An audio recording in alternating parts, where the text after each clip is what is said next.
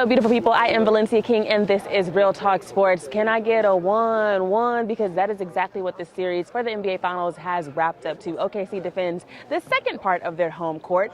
Series tied at 1 apiece as they go into Indiana for games 3 and 4. Final score 123-107. Let's go ahead and get into this game. We caught up with head coach Mark D of OKC, and he said he knew between games 1 and 2 that as a collective, the team would be better.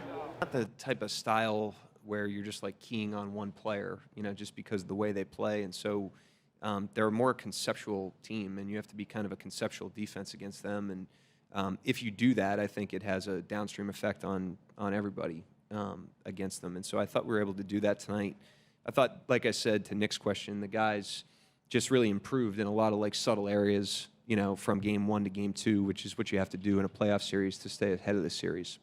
Let's go ahead and continue our conversation about Mark D, head coach of OKC, as I got a chance to talk to Chet after the game, and I asked him how much has his belief from his coach helped him, not just on the court, but off as well.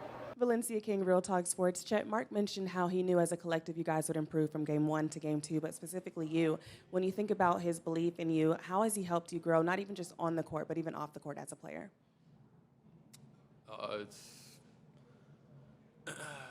It's extremely important. When other people instill confidence in you, it allows you to play more confident, allows you to have trust in what's going on, have trust in what he's telling me and us as a collective. And then also a big part of that is he has to trust that I'm going to do everything it takes to be better after bad games or bad plays or whatever. It's all about trusting that the other party has the right process in mind. He always has the right process in mind, and I try to as well. And from there, you can kind of build out a good working relationship, a good ability to continue to improve and be better together. SGA finished with 38 points in the loss in game 1, but tonight he rebelled back and helped his team get the win against Indiana. We caught up with Shai, and I asked him, heading into Indiana, does momentum really carry over, or is every game a reset? Valencia King, Real Talk Sports. Shai, I heard you mention having an extreme level of focus tonight. As you guys head into Indiana, I know the word momentum gets tossed around a lot. Is there a momentum that you can carry over, or is it a reset? Every game's a reset, especially at this stage in the season. A series looks so different. We've had a series where we lost a game and won the next one by 40. We've had a series where we won 2 in a row by 20 and then lost the next one by 40. So it's like every game's a reset.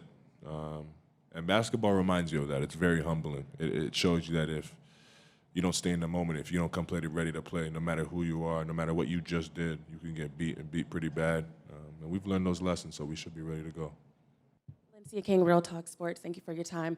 You mentioned just your journey and being ready for the moment. When you think about your hometown, when you first picked up a basketball, how much of your hometown do you carry with you every night when you step out on the court? Yeah, I think about it all the time.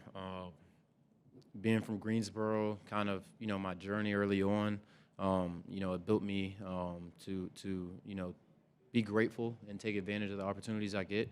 The teams that I played for and I was kind of like a late bloomer. That just kind of, helped, my journey. It kind of helped me mentally to not be afraid of, regardless of what moment may be in front of me or regardless of what's asked for me. So I always think back, to being at home and, staying grounded. Before we go into JDub's question, I got to shout him out, just like we did with Miles after game 1. The hand was raised, okay? Put your hands in the sky, wave them side to side, and keep your hands high. But unfortunately, Real Talk Sports was yet again not called on. But JDub saw the hand raised because everyone else saw it as well and said, hey, what is your question? So here's what I asked JDub after game 2. Thank you, Jalen. Alex will be right up. Yo, you got one? Go ahead. Yeah. I asked Shai about if the momentum will carry over into Indiana or if it's a reset. He said it's a reset. So I'll ask you as one of the leaders on this team, how do you guys go into Indiana, reset, and keep that extreme focus? The biggest thing is understanding your opponent and where their heads are at and try and put yourself in their shoes. The good thing is now it's 0-0 for us, for sure. So we just got to kind of understand what kind of energy they're going to come out with and them being at home, them in the finals, what kind of like punch they're going to throw, and be ready for that. Before we wrap up this edition of Real Talk Sports, let's go ahead and preview both games 3 and 4. You heard Shai mention there has to be an extreme level of focus, and you'll also hear JDub say the same thing. I love that this team has a unified message as they go on the road, competing and fighting for an NBA title. Here's what we got to do. Those whole 48 minutes, got to put them together collectively. If Indiana goes on a run, you go on a bigger one. I know it sounds easier said than done, but we've seen OKC time and time again in its playoffs get the job done. I mean, they've made it this far, and it's simply not by accident. You'll also hear from Caruso before we wrap up how being in the finals is something you can't take lightly. Yes, it is an accomplishment to get here, but you cannot take it for granted. Yeah, just how difficult it is. It's not easy to make the playoffs. It's not easy to win a series. It's not easy to advance to the finals. Like, all that shouldn't be taken for granted. And I keep seeing people for the first time this postseason, like people that I know or don't know, and they say congratulations. And I truly don't want them to tell me congratulations until the series is over and we've won. Like, I don't feel like we've accomplished anything until we win 4 games. And that's just kind of the mindset I have, because like you said, getting here isn't guaranteed. You're not, nobody gets a free pass. Nobody gets an extended welcome. You have to earn it every time. And being here is an accomplishment, but winning it is the real pinnacle.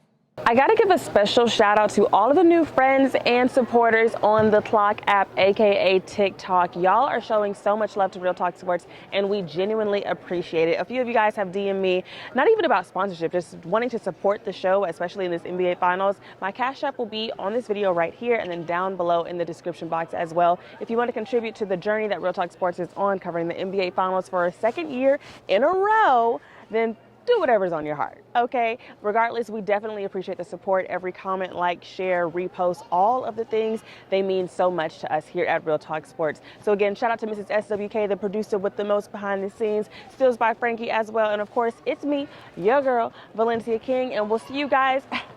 Will we see you in Indiana? I mean, will we see you in Indiana? Guess you gotta tune in and subscribe to find out. I'm Valencia King, it's Real Talk Sports.